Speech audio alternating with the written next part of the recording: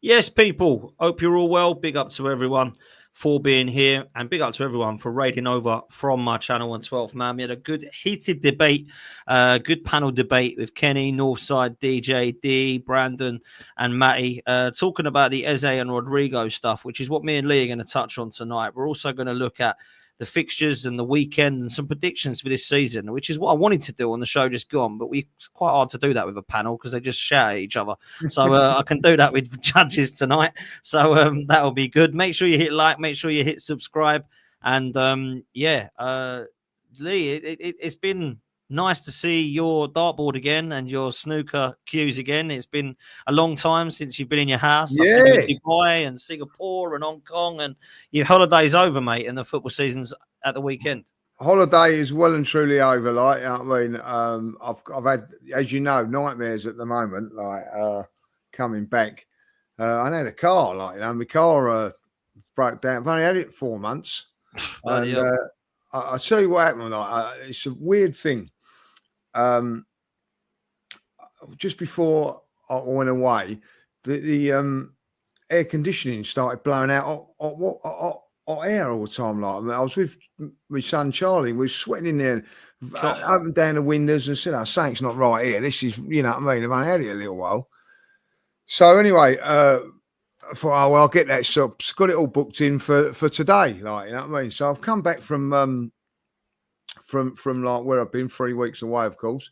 Gone to start it, dead as a dodo. Like, no way, nothing there at all. Like, you know what I mean? So I've had to get the AA involved. Anyway, they've come that dodgy battery, like, you know. So like, anyway, I've gone and took it down there today, and so I've been without a car all day. And they turned around and said, like, you know, but the reason it's gone down is because it had a dodgy battery, so it was pulling out hot air. And you know, like, you got to start. You know, when I don't know if you got this. You drive and you stop the car and then it starts again. Like, you know what I mean? Well, all right, yeah. That probably I didn't even realise that weren't happening. Like, you know what I mean? But because the battery was like so down, and that's what it was. So I changed the battery. I'm up my mobile, but it's put me back a day, Dan. You know what I mean? Like, now I've got to go all the things tomorrow that I was going to do today. Like, you know what I mean? So it's not good. It's not good. So yeah, 4 months in, like, to have a dodgy battery. Like, I was speaking to the AA fella. I said, he said, like, you know, yeah, you can get dodgy batteries, like, you know, so you don't expect these things, do you? Like, you know what I mean? So, but well, there you go. Like, it's something that I always say. Cars are fantastic until they go wrong. And then you're knackered, really, aren't you? I've got to say, I don't drive as much anymore. I literally drive to see family, and that's it, which is like 25 minutes down the road and back. I'd never go to London or anything anymore. I just get the train everywhere. It's so much easier. I'll tell you what, sitting on the train and relaxing is so much better than driving. From where I am in Essex to London, sometimes it's like 2.5 hours and I'm still in the car because it's the traffic, you know. I just think, this is awful, you know. And on a day like this, you know, I went to London today. I ain't driving. There's no way. I'm definitely going on a train on this one because it's been absolutely baking. But people, do us a favor, hit like and subscribe. The reason that you're all seeing yourselves with numbers and your different things, I have no idea what's going on in the chat. I don't know if it's a YouTube problem, a StreamYard problem, but normally it comes up with your username. For some reason, it's come up with your @ and then your full name. I do not have a clue why. People are talking about it in the chat. I don't get it. It did happen the other month on my channel, and I think on here as well. I think sometimes YouTube or StreamYard has a glitch and it does that. So apologies if you see all of your privacy details on there, which is not really, I suppose, data breach, but some people don't want to know what their full name is, I suppose. What, do you know, it's like one of those, do you remember years ago you used to get, I can have your email address for a stag do we're doing, and you used to get always one email address that was like Rude Boy Ricky 1997. Do you know what I mean? You used to always get someone like that. That's what you're going to see on here now. You're going to see some me. But yeah, I think it's a StreamYard or a YouTube glitch. But anyway, we're not here to talk about that. We're here to talk about the Arsenal. Pre-season is over, judges. Yeah. Is round the corner. Manchester United. I'm actually at Potters this weekend, so I'm going to miss it. I'm going to watch it. Potters, what place to go to? Like, yeah. So I'm looking forward to that, mate. So it's going to be hot as well. So yeah, who are you going there with? Family? Family, yeah. So it'll be good. And so I'll be watching that with family in the bar. And I'm looking forward to it, I think. I'm looking forward to the holiday. Hopefully the football don't ruin it. But look, in all seriousness, mate, before we talk about this Eze and Rodrigo stuff, I thought it was a little bit more promising against Athletic Bilbao. If I'm honest, I thought Zubamendi was excellent. Gyökeres got a really good goal. Madueke in glimpses came on. I actually thought he was quite a threat when he come on and actually, beat his man and got across the ball in the box a couple of times.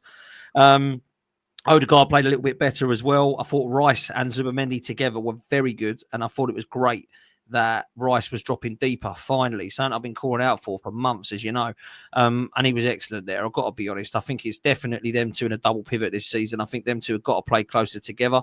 I thought it was a very solid performance. Gabriel Timber got a run out. Good to see. Obviously, goalkeeper back. And penalties, again, a bit of a shame that Ethan missed, but other than that, I thought a little bit more promising, judges. Yeah, no, listen, look, we're quick to criticise, aren't we, when things ain't going well, and you know what I mean, or people turn around and say it's only a friendly, but I was really impressed with that performance. Giving me a little bit more confidence going into the Man United game. If I'll be really honest, I feel a little bit more confident going into that game. I felt that defensively very, very sound. Even when Timber went to left back, I think it's something that they could actually think about doing, because Ben White was very, very good at in pre-season so far. When Timber went over to left back, they still look very, very, very solid. I thought Calafiori done very, very well, gives us good options down the left-hand side. Martinelli was much better. All in all, the best thing about it, obviously, is the goals, but the front three look really sharp. The goal from Gyökeres was fantastic. Great ball in from Zubamendi.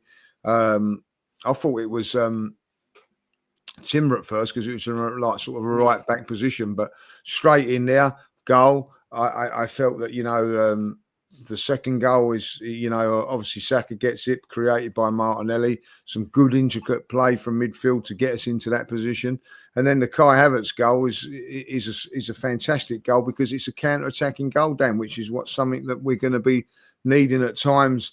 And that was, so everything about that performance was really, really good. And all the things that we wanted to see were there. Now, people turn around and go, that's because that's the team that's been playing, more going to be the first team. And I get that. But there are times, Dan, when we're going to play cup ties and games with not those players. So, so those performances are very, very worrying if you're not going to get from the squad sort of players. But listen, all in all, I thought it was a good performance. And I'm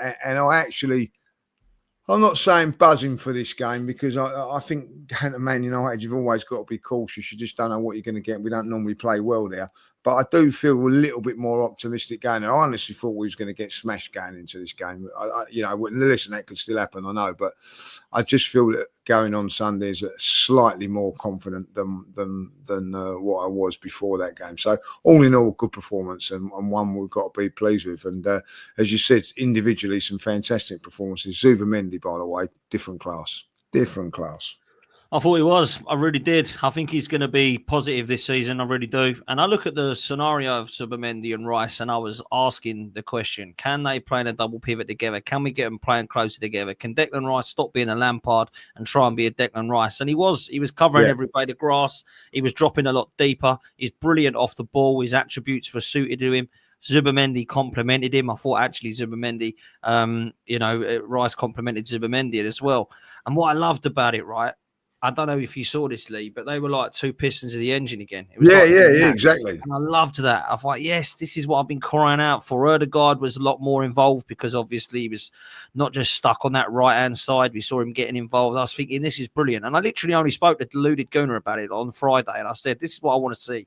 And a day later, I'm getting it. And I thought, wow, I didn't expect that. So I thought it was quite promising. I didn't think Gyökeres was outstanding, if I'm honest. I'm not going to start overhyping him. But certainly, getting into the swing of things, got his first goal. Very good header, by the way. A lot of people sort of say, oh, he's got header because he's 6'4". It wasn't a bad ball by any means, but it wasn't like pinpoint to him, was it? Do you know what I mean? He actually did quite a lot for that header. Do you know what I'm saying? So I thought that was good as well. Saka, I thought, was brilliant. Always a menace, and obviously took the goal well.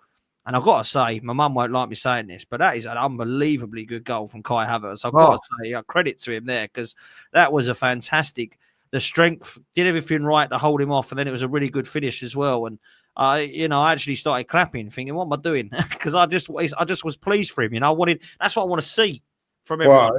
See those exactly. and how many times he missed. It was a brilliant, unbelievable goal. Like the pace, the power, the timing of the shot, then the shot. It was, that was outstanding.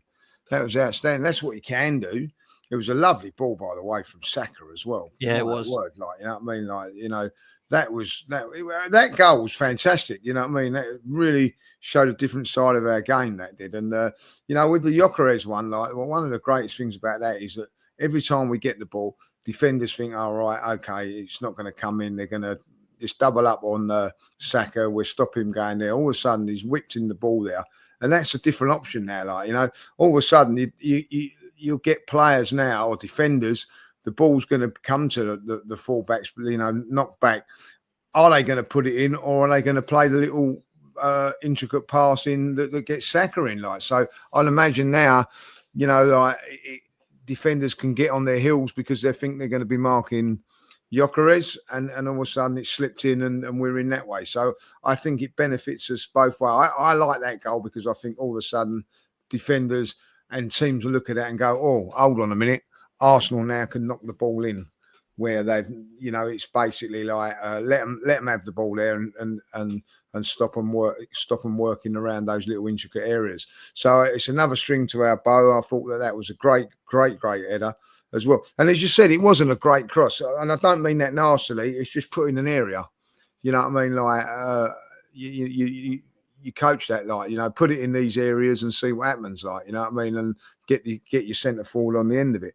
So that sometimes those sort of things, Dan, are better than just all that intricate stuff. You know what I mean? Get it in the mixer and see what happens, you know what I mean. So I like that goal, and I like the way all three goals were really good goals for us and encouraging for us, because, as you say, that one there, the counter attack one, and also the one where I thought we played through the midfield to get it to Martinelli, not one-on-one, but through. And then, it just nice little side pass to Saka, and Saka finishes it off, So all three goals were very, very positive. And, I have to say, I went to bed we was 3 hours in front in Dubai with a little smile on my face when my head hit the pillar, watching that game. I felt a little bit better. And that's what you want to see, Dan, in pre-season. Not about the result. I don't care, 3-0, if it's 2-0, 3-0. It was just the performance, just certain things that I see. And I think, right, if we can take them into Old Trafford, we've got a chance, you know what I mean? And it'd be a really interesting game. Look, listen, Gabriel coming back's a big plus for us as well, you know what I mean? Not quite at it yet, but, they'll have another game behind closed doors this week, and they'll be looking very, very sharp. And, listen, Mikel gets a little bit of stick at times.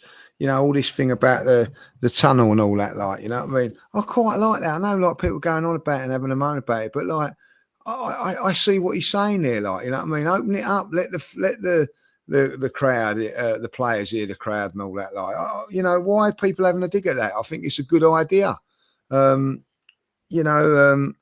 It's not him that's highlighted it. It's somebody else's highlighted. They've just took it down, and I think it's a good thing. I didn't like that bloody thing in the first place. You know? No, I don't actually care about that. I think it looks better. So I didn't really care about that either. Why do you need that? Do you know what I mean? What was the point of it anyway? I don't really understand it. Well, I don't understand it. You know what I mean? But sometimes you've got to have those little. I know it sounds silly, but when you're playing elite sport, and it's only fine margins, Dan, you know what I mean? Yeah. Psychologically, that might help. I mean, Ash has made a good point in the comment here saying, why don't we move the away fans high up like we have to go and do? I think that's true. I think we should do that. 100% we should do that. That would be better than the moving the tunnel or whatever. Yeah, exactly. If I'll be honest, you know what I mean? Get them up a little bit further away would be fantastic. Like, you know what I mean? But totally agree. But I don't know if it's rules or whatever. But I don't know how Newcastle get away with it. To be fair, like, you know what I mean. And as it happens, when we was in Singapore, we was talking to Jason Tindall about that, like, you know, and saying, like, you know, and he agreed. He said, like, you know what I mean, like, it's a massive advantage for Newcastle because of that, like, you know what I mean. So, you know, when you've got professional people saying it, there's something in it, isn't there? So, listen,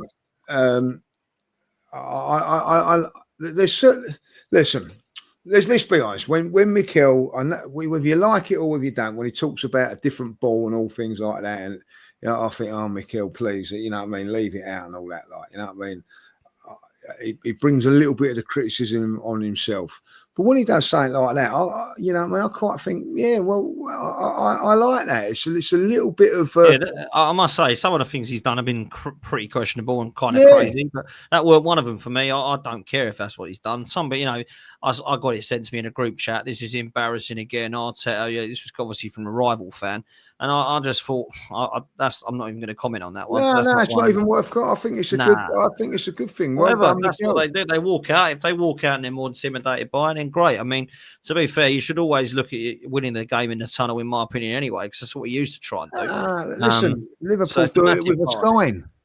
I'm not being horrible. They have a little, you know, that Anfield sign up there. Oh, yeah. You know, that's an intimidating thing, like, you know what I mean. So, listen. It's all psychological things, you know what I mean? I quite like that. I'm not saying that they should be training to the music of "You'll Never Walk Alone." Or I don't get that one, but I get this one. So, you know, listen, Mikel gets a little bit of stick when unfair stick at times. You know what I mean? Like, and you know, well, that is the unfair stick because that's not. I don't think that's got anything to do with anything. I think that's just his decision and go from there and see what happens to it. If I'm honest, I don't really get that one. But look, let's do a couple of these super chats before we go to the next thing. Tej says it looks like Arteta's going to evolve that left wing position with Martinelli's in. That game showed him more central, more like a shadow striker. What did you make of that left wing position? Because Madueke obviously looked like he's had a couple of games there now. I don't know if that means he's going to start there or if he's going to be a squad player there. Martinelli's not had a good pre-season, and I think a lot of people want him replaced now. Trossard looks like he's potentially leaving. We'll come on to incomings in a minute, of course, but what did you make of the left wing position just in pre-season? It's not been working, and that's nothing against it's not just Martinelli, by the way. It's the whole package, if you like. I felt that we changed it on Saturday. Was it Saturday or Sunday? Can't even remember what day it was now. I think that Saturday, wasn't it? I think that there was, you know, Calafiori coming in, a lot more overlaps, a lot more balance to it. Had a left-sided player there. Like, listen, nothing against Miles Lewis-Skelly. I think there's games for him to play it, but I felt that with Calafiori there, it give Martinelli some options.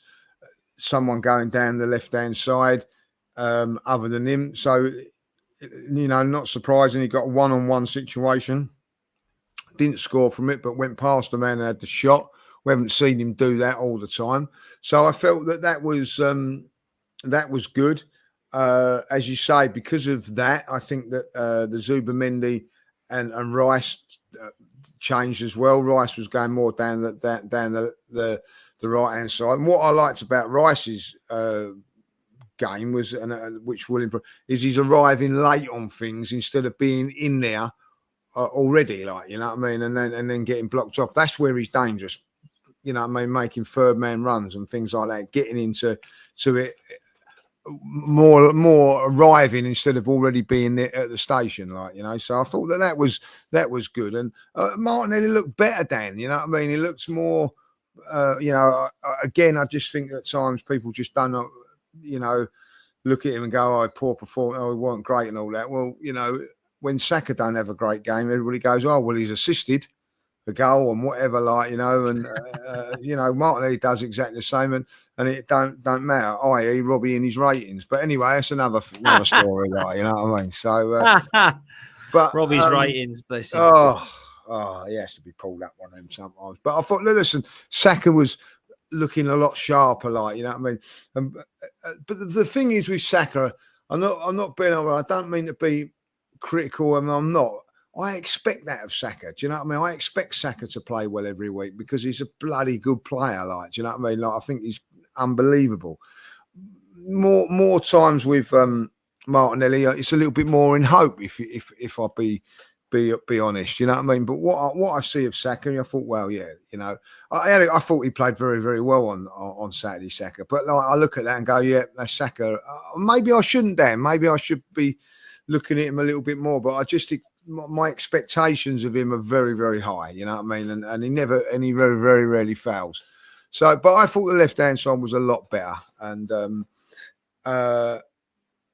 it's going to have to be, Dan. If we're going to win the league or challenge for the league, it's going to have to be, like, you know. And I think Martinelli's going to play a key part in this Old Trafford. Martinelli's going to stay. I don't know why we're doing this here personally. He's going to be a part of the squad. That's no doubt about it. Big up to Seven. He's gifted 1 membership over to Mafia Boss. Absolute legend. Thank you so much for that, mate. I really appreciate that. Mate. That's brilliant stuff. So thank you for that. Suj says, big up Lee down in the chat. Hit the like and subscribe. Big up to you, Suj. There's over 891 people are in here to be exact. We need to be at least 400 likes. Let's get it to 400 likes then. Come on. Let's see if we can get to 400 likes. At the moment, we're only at 133, which is nowhere near enough. That is shocking. So let's get it for 400 people. That's only half. It's not even half of you. So come on, let's do that, people. There's over 900 of you in here now. So let's make sure we do that. What do you think of your white kit? Come on, you Spurs. So Seven is a Spurs fan. Big up to you though, mate, and thanks for the super chat and the membership as well. I quite like it, judges. What do you think? Yeah, well, listen, I think people fail to realise this. I had to pull old Lawrence up on this the other day, like, you know what I mean? Like, you know, when you associate the white, what do you associate with? Like, you know what I mean? For me, it's red and white. Arsenal, red and white. Probably white. Got a lot of white in their kit. We've got red shirt, yeah, white sleeves, white socks, white shorts. Sometimes it's red socks, but ultimately, like, there's a lot of white in our kit. So why do we not want white in? I don't get it, Dan. You know what I mean? Like, I don't. You know what I mean? So if it doesn't look anything like a Tottenham shirt, does it? Let's just have it right. It looks nothing like Tottenham. I quite like it. I've got to be honest. I'm not going to go and buy it, but I quite like it. No, I think it looks smart. I like the old Adidas badge. I like the colour. I like the maroon sort of trim. I quite like it. We had one back in 2008. Do you remember? It was exactly I remember. It's Fabregas. AC Milan. AC Milan. Always remember it for that. Like, you know what I mean? So. The only thing I don't like about it is the collar. I'm not a collar person, if I'll be really honest. I'm not a collar on kits. I'm not a lover of it. I'm the same. Yeah, I'm the same. But other than that, I think it's lovely. And listen, I'm not one of these people, you know what I mean? Look, listen, if I wear a white top, right, white out, I've got loads of white T-shirts. I don't wear blue shorts. I admit that, right? I don't. I'll either wear grey or black, you know what I mean? Like, I won't wear blue. But I've got white T-shirts. There's a lot of Spurs fans that won't wear red, but the reason they won't wear red because they're not, you know, they've got no association with red. You know what I mean? Arsenal got association with white, with you know, what are Arsenal's kit when they go out? Red and white. So I don't get where all this stuff is about white kit and all that, like, you know what I mean? So I'm not on that thing, but I quite like it. I've always I like the shorts. I might even actually buy a pair of shorts instead of the top, like, you know what I mean? So I haven't bought a pair of shorts for a little while, especially with my old tanned legs. Now they go well, the old white shorts. So I might have a little saying of them, like, you know. Yeah, listen, I actually don't mind it. I don't particularly like the away kit, if I'm honest, this season. No, that's crap for me. It's not for me at all. Crap. But I like the home kit and the third kit. That's where I'm at. Listen, I wanted to talk about Eze and Rodrigo. At the moment, let's stick with Eze. What do we know? Well, the latest, according to Ed Aarons, is that Eze and Arsenal and Spurs both interested. According to Ed Aarons, Arteta is understood to have identified Eze as a player capable of giving Arsenal an extra edge against deep defences, i.e. he's going to basically help us in low blocks. Arsenal have been leading the race for Eze, but are yet to send an offer to Palace. They've indicated they need to make sales in attack before pressing ahead with their pursuit. Tottenham have opened talks over a move for Eze. However, they do not intend to meet his release clause of 68 million, which apparently expires on Friday. A further complication is Arsenal are believed to be Eze's favoured destination should he leave Crystal Palace. So there's quite a lot there. So let's break it down, judges. Arteta wants Eze. Eze, I think, wants Arsenal. Sounds like Arsenal want Eze. Eze wants Arsenal. So Palace and a fee is the only thing we've got to try and get. Now, apparently, we can't afford him. His £68 million release clause, which releases and expires on Friday. Therefore, I don't know if they're going to want 80 million then or 50 million then. I've got no idea. So when I look at it as Arsenal need to sell players to buy Eze, I get kind of peeved, if I'm honest with you. Tottenham coming into the mix, I hope, is just a nasty rumour, and he's flirting with Tottenham to try and get a move through with Arsenal. That's what I kind of am praying and hoping. But I don't know the truth to this, if I'm honest with you. Now, let me just explain why I think a lot of people are losing their minds over this a little bit. I'm not saying Eze is not going to come to Arsenal, and if he goes to Spurs, it's a disgrace. If he goes to Spurs, it's because Arsenal didn't want him, Lee, right? There's no way he's picking Spurs over Arsenal. He's not going to get two offers and go, well, I'm going to go Tottenham because Arsenal is shit. He ain't going to do that, right? So I don't think we should be losing our minds over this. If we don't get Eze, it's because Arsenal didn't want him, right? That's the first thing. Or couldn't afford him. Well, okay. So this is the bit that will peeve me off. If we couldn't afford him, what the hell did we buy Madueke for first? That is the thing, and that's the thing that's going to come back and bite everybody, and that's the thing that's going to annoy us, and it's going to annoy everybody, and quite rightly so. I've got no problems with Madueke coming to the side, but if he stops us getting somebody else, I will not be able to understand that for love or money. For love or money, you know what I mean? Eze and Madueke, yeah, brilliant. That's good. That's good business. But Madueke and no one else is scandalous. Scandalous, like, you know what I mean? The football club.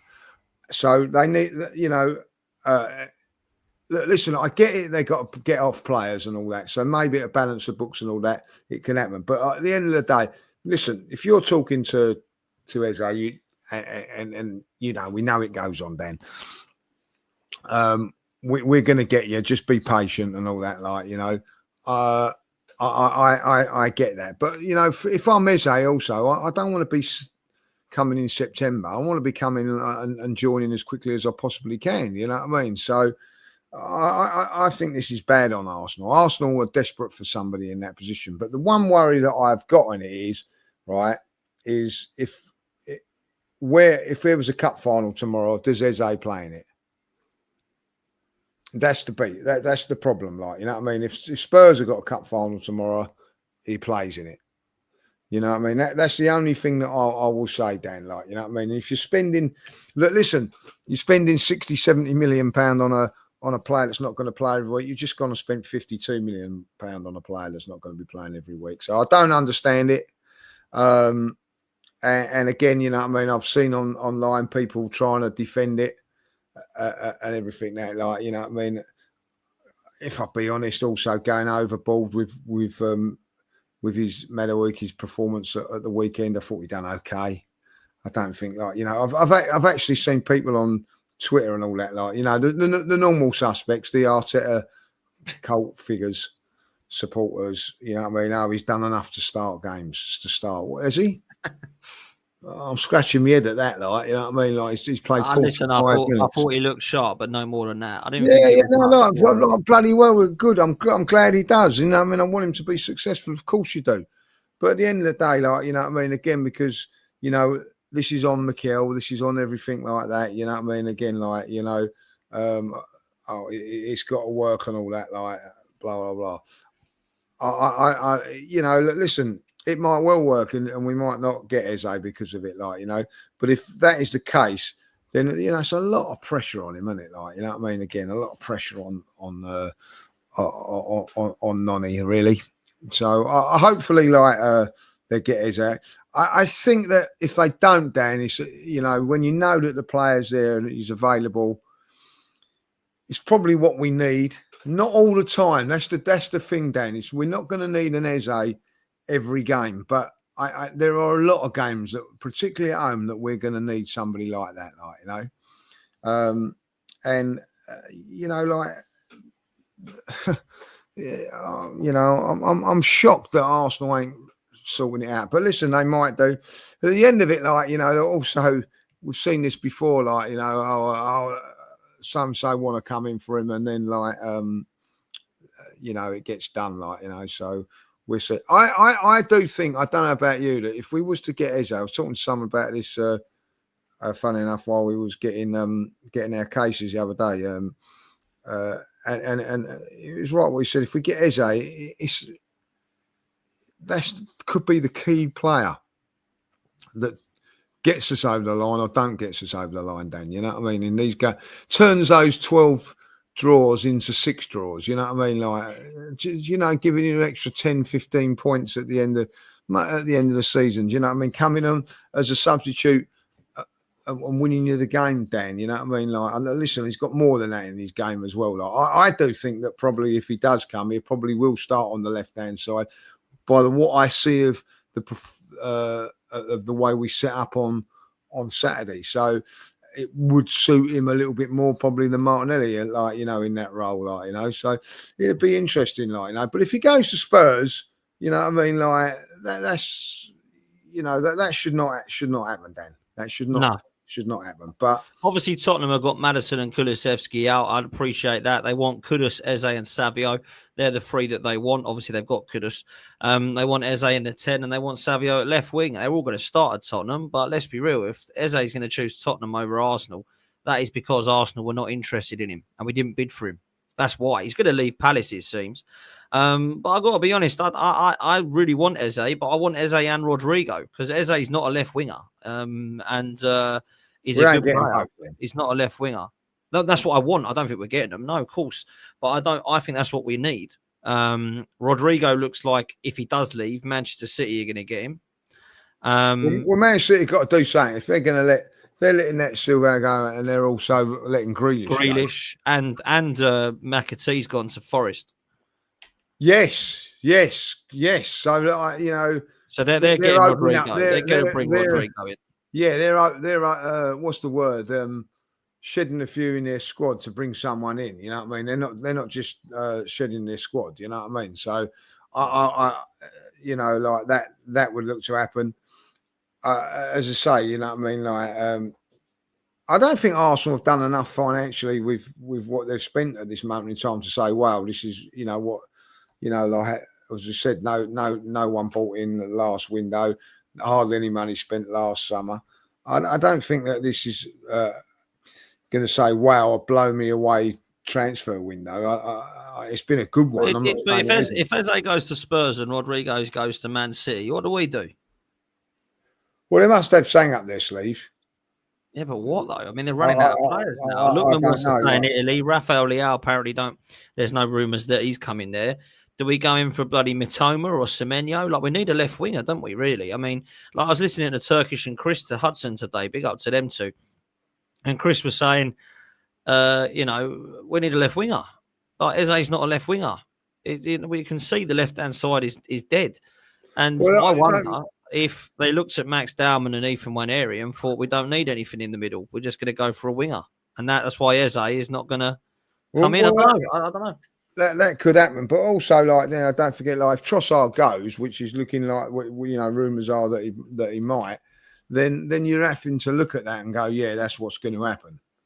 You know, they've got to replace someone. So, listen, Trossard's not a winger, but you know, Eze would do that job. You know what I mean? I don't think they're going to get a winger, like, you know what I mean? I think they're going to get, if they do get Eze can play out there and do that job, which he can.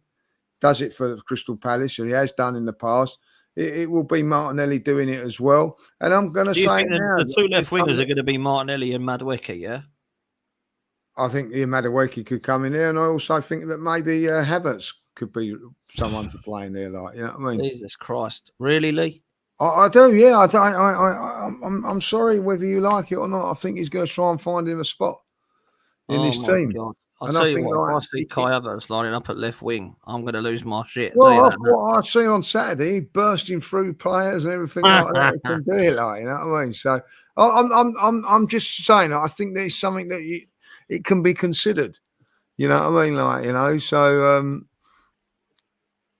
you know, maybe like he's looked at it and thinks that, you know, Eze for the money.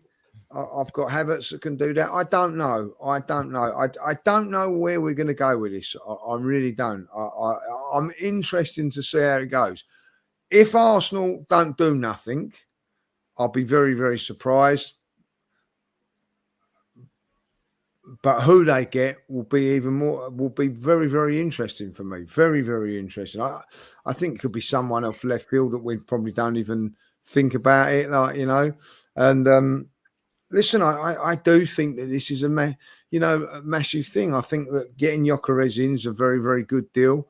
Him and Havertz now is a good, backup for it as well. If I be honest.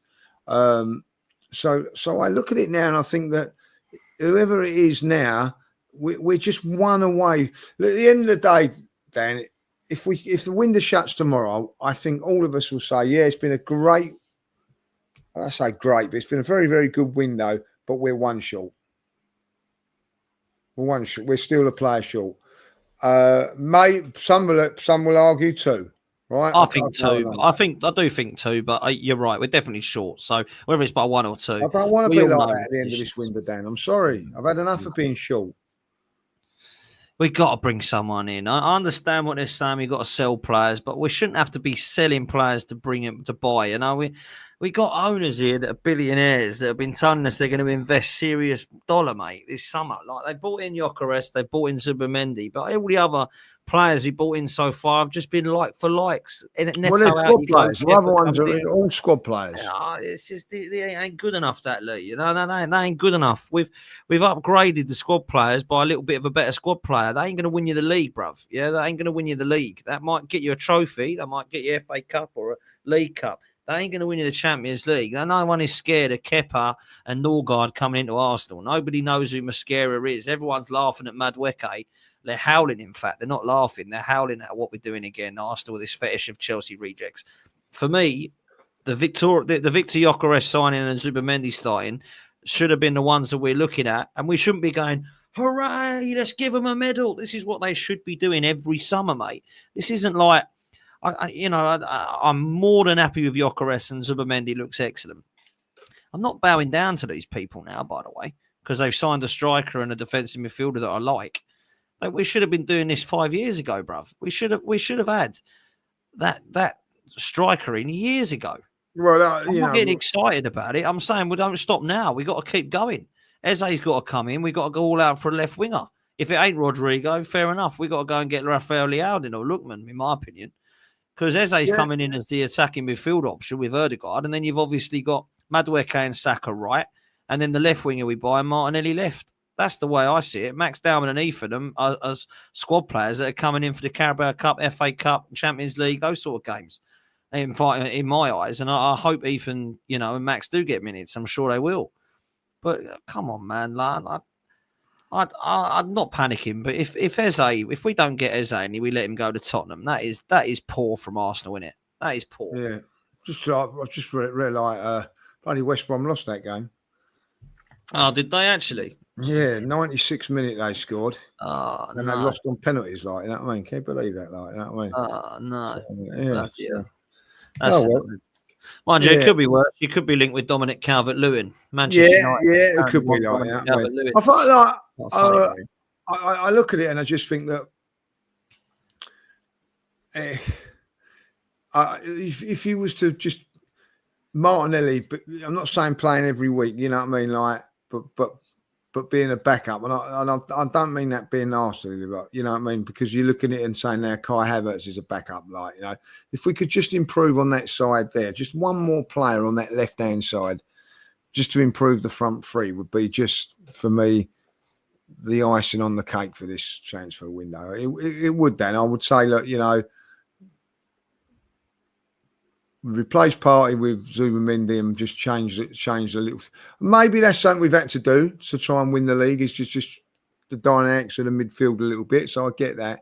Gyökeres is a big signing for us, but I just feel like we're just one short of it, like, you know what I mean? So that's for me, just one short, like, so. But I don't know about you. I don't feel like I'm being greedy, neither. I think Not at all, bruv. Not at all. Like LB was saying in the chat earlier, he's a Man City fan. He said, we're going for Rodrygo. Why the hell are Arsenal not all over that? You clearly Well, we need a might left be. winger. Well, We I hope might so. be. I hope so. But Eze and Rodrigo is the dream, and you know we all want both, and I think Arsenal need both. I don't think Arsenal where Havertz can play on the left. Well, we ain't winning the league then if Havertz is on the left. Let me tell you that everyone in their right mind knows Havertz can't play on the left wing, right?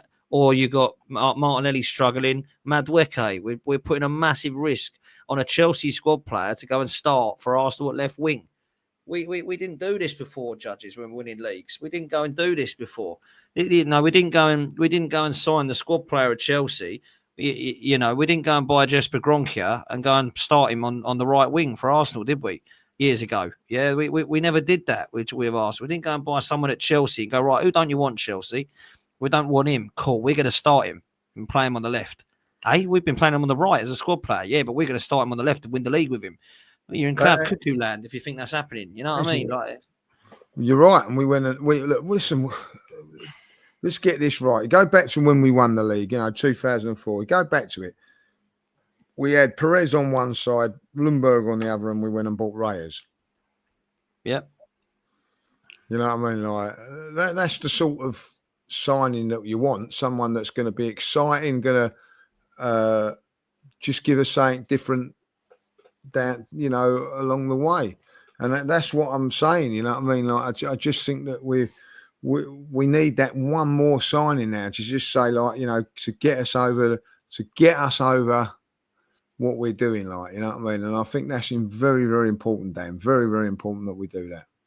I agree. I find it amazing as well that we're in a position where we're looking at, again, 2 or 3 injuries and we're back to the same sort of problems. So we have to do more business. We absolutely have to do more business. And, you're absolutely right. We had Carnu and Wiltord in that squad behind Henry and Bergkamp.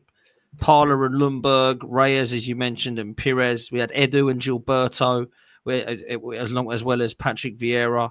Martin Keown was still there at the back for Toure and Campbell. It was a proper squad, mate. Like, proper squad. Gal Clichy was there for Ashley Cole. Now we're pretty much there with every position, other than we've got question marks on the left-hand side. And I understand, and I think that's fair. Yeah, it is fair. It is fair, but it's also like, I mean, we've been here for the last couple of years saying, all we've wanted is a centre forward. All right, if we had a centre forward, proper centre forward, well, we've got that centre forward now.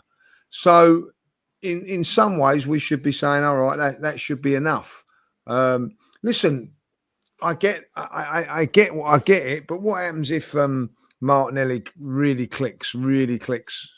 Gets back to how he was 2 seasons ago. I hope so. Then all of a sudden, that's a different kettle of fish. The reason we're saying on this Martinelli thing at the moment, because he's not been quite at it. Let's see what happens with Martinelli. Looks a lot better last time, and so maybe that, maybe we're being a little bit too greedy. I don't know. I'm just trying to put it out there, Dan. You know what I mean? Like, we've both. Well, I hope Martinelli is our player of the year. I love the kid. Well, if Martinelli's our player of the year, we'd probably win the league. There you go. Yeah. I honestly really want him to be, but I just don't see it happening at the moment. But look, with Gyökeres and Saka, Zubimendi and Rice, Odegaard needs to pick up his game, but hopefully he'll be looking a little bit better. Maybe we'll get something. We got to be honest. But look, I've put together the Man City, the team for Man United that I think he might go with. Thoughts on this, bro? Because some people might have question marks over it. Raya in goal, obviously, I've gone with Ben White at right back and Timber at left back. I'll come back to that in a minute. Saliba and Gabriel, Zubimendi, Rice and Odegaard, Saka, Martinelli and Gyökeres. I think the only 2 positions that serious question marks are the left back and the left winger, if I'm honest. I think everything else is going to happen. Now, it might be that the right back as well, but obviously because Timber's there. He's either going to play Ben White right back and Timber left back, or he's going to start Timber at right back and play one of Calafiori or Lewis-Skelly at left back. But the reason I've gone with that is because I think you have to look at Ben White's performances in pre-season, which I think have been good. And also what I think you need to do is look at the attacking side of that right-hand side when Ben White, Odegaard and Saka played. It looked pretty good in my opinion. Now, I'm not saying that Timber needs to now be our left back. That's not what I'm saying. But I do think that when Timber plays there, we look solid. And I think at Old Trafford, we're going to have to be solid against probably their now best part of their team, which is their attack with the three they've bought in Sesko, Cunha and Mbuemo. I think he'll keep it solid. So that's what I'm thinking. And Martinelli I've gone with just because he's played more than Madueke. What are you telling me? That's the same, exactly the same team as I've got. Oh, wow. Okay. I think that maybe this is a game for. Listen, Timber's been unbelievable. He hasn't had that much game time, but I thought he was superb at right back, even better at left back, if I'll be honest. Calafiori, I think's impressed more than Miles Lewis-Skelly in the context of the balance of our left side. You know, I think that if it's me, you go, if Timber's in there, you're not asking Timber to invert, you're actually asking him to just defend there.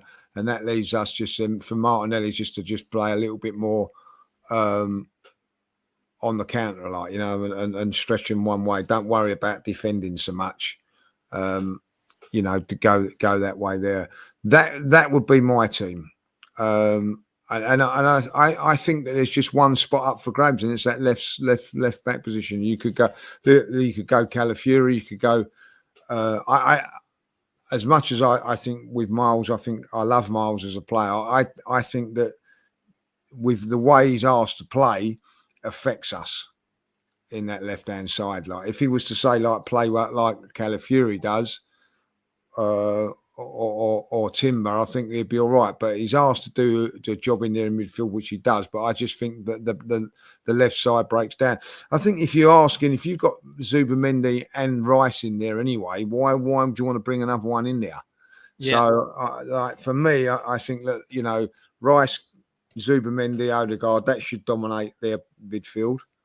So why do we need to bring another one in there? So that would be my team to go with. If I'd be really honest about it, also, Dan, if you want to push me, if it weren't Timber and you're saying, right, you're going to play Timber at right back, which I'll get there, I would go Calafiori at left back. But I do think that there's flaws to his game, you know what I mean? But I think going forward, I'm still not convinced. Calafiori looks better going forward, very, very good defensively. But I think, for me, I want us to be tight defensively. I want us to win this game, Dan. You might think I'm silly on this, say I'm silly if I'm not. I want Arsenal to win this game. Man United 0, Arsenal 2. I'll be more happy with that than 3-1, 4-2, 5-1 even. Do you know what I mean? I just want to see us completely shut down their forward line and win it comfortably. Do you know what I'm saying? You want to see a solid professional performance, is what you're saying. Yeah, I mean, people are going, oh yeah, well, you want to win 4. Of course, you want to win. 4-1's a great result up there. Don't get me wrong. 5-1, 6-1 be even better. But you know what I'm saying. But what I want to see is a ruthless performance where I go, wow, do you know what I mean? They haven't had a kick against us. They didn't really look like Raya weren't busy. We totally dominated it, took our chances, and it was a totally professional performance. That's what I want to see, you know what I mean? And I want to see that on a lot of occasions this season when I go, Arsenal don't look like they're going to get beat.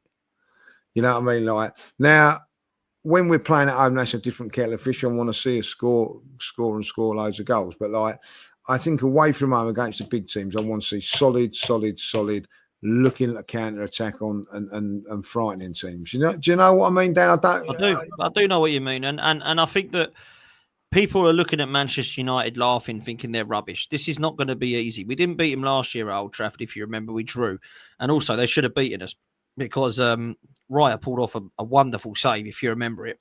I think he tipped onto the post or just wide. It was incredible save. I don't think this is going to be easy. However, I'm with you. I want to see 3 points and I want to see us taken away. You remember when we beat Aston Villa at Villa Park 2-0 last season? It was quite a professional performance. I know what it was, these 2 sitters. That's the sort of game I want to be seeing. When we went there and we beat them, we were professional and we managed to keep solid. And it was this similar sort of team back line, really. This back five actually played exactly this back five against Villa at Villa Park.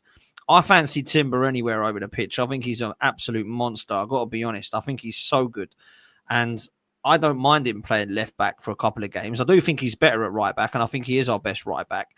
I just think with his injury at the moment, I think Ben White playing there it'd be fair to play him. I think he's kind of kept his spot at the moment. Timber's definitely better. And I think we've got problems at left back still. I've got to say it. I like Lewis-Skelly. I think he gets caught out sometimes. Calafiori, I find it hard to say. I like Calafiori because he scores goals and he's our defender. I don't like his positioning. I think he goes wandering. I kind of called him a kid on ADHD who needs a leash. You know, you're like, where are you going? Come back here. What's going on here? Where are you going? Oh, you've left us all again. And I can't be hypocritical, Lee, because I didn't like Zinchenko for that. And I see this guy doing the same stuff off the ball. I just think this guy go, oh, what's over there? Oh, that's a nice shiny object over there. Hang on, mate. You're supposed to be the left back. Where are you going? What's going on? Oh, he's off again. I don't like that. He gives me anxiety, Calafiori. I'm sorry, he does. Going forward, I think he's quite good. But I don't think we bought this geezer on the left wing, unless you want to play him up there. I thought we bought him as a defender. So I just don't get it for me. So for me, I'd be more confident with this team. I've got to be honest.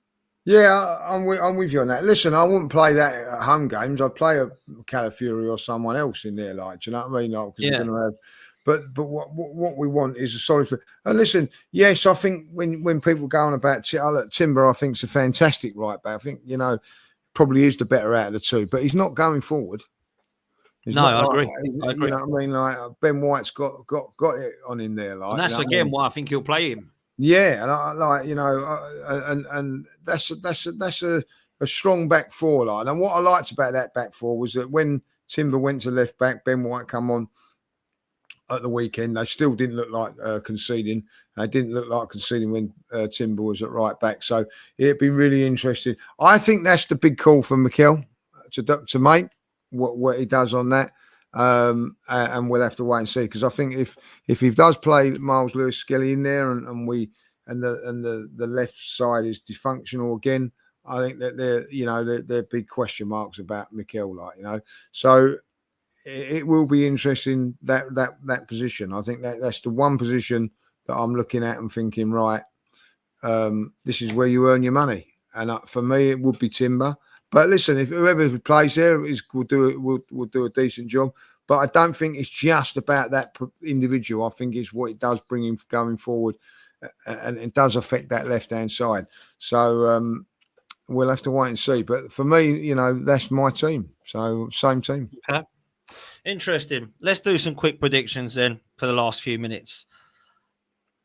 I want to start with, how many points we're going to pick up in the first 6? People keep asking me this.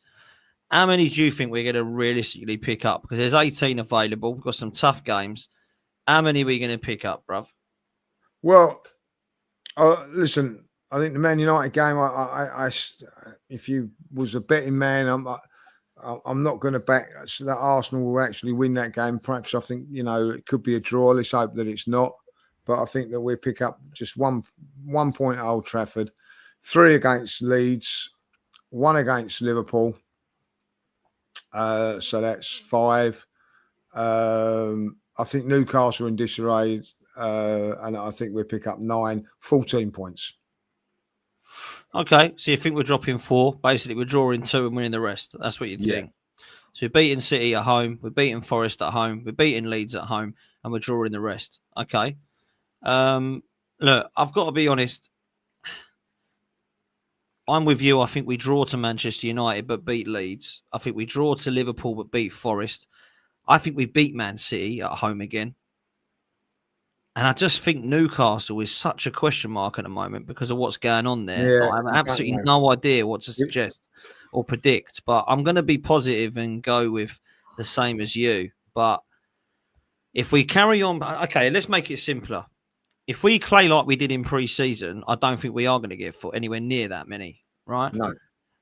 If we play like we did against Athletic Bilbao, then I think we've got a bit of a chance of picking up some points. I think we're going to draw in the... I tell you what, make it easy. I think we're going to win 3 and draw 3. There you go. I think we'll win 3 and draw 3. So that's 12, isn't it? Trying to do maths now. Yeah. Win 3 is 9, 10, 11, 12. Yeah, so I think we get 12. Listen, I'll be happy with that. It's not ecstatic, but like, 6 games unbeaten.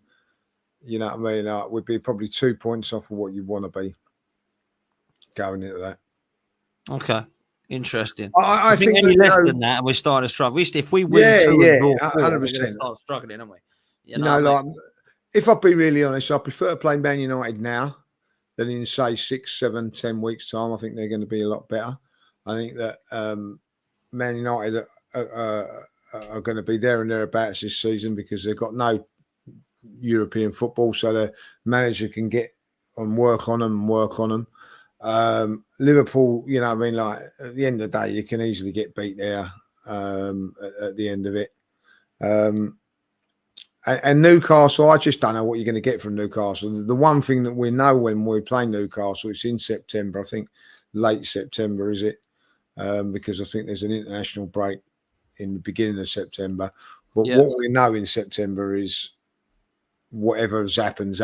You know what I mean? Like, so they'll be a little bit more settled than what they're going to be for the next 3 weeks. You know what I mean? I would like to have played. If I'll be honest, it would have been good if we'd have played like Man United, Newcastle, then Liverpool. You know what I mean? Like, because I don't think it matters wherever you play Liverpool, they're going to be good. You know what I mean? Like, so.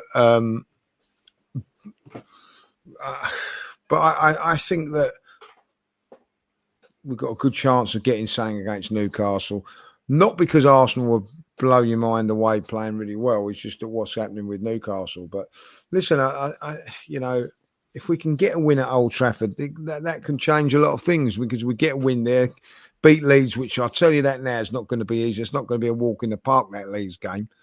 That'll be a 1-0, 2-1 scrappy win, the typical Arsenal home performance first game.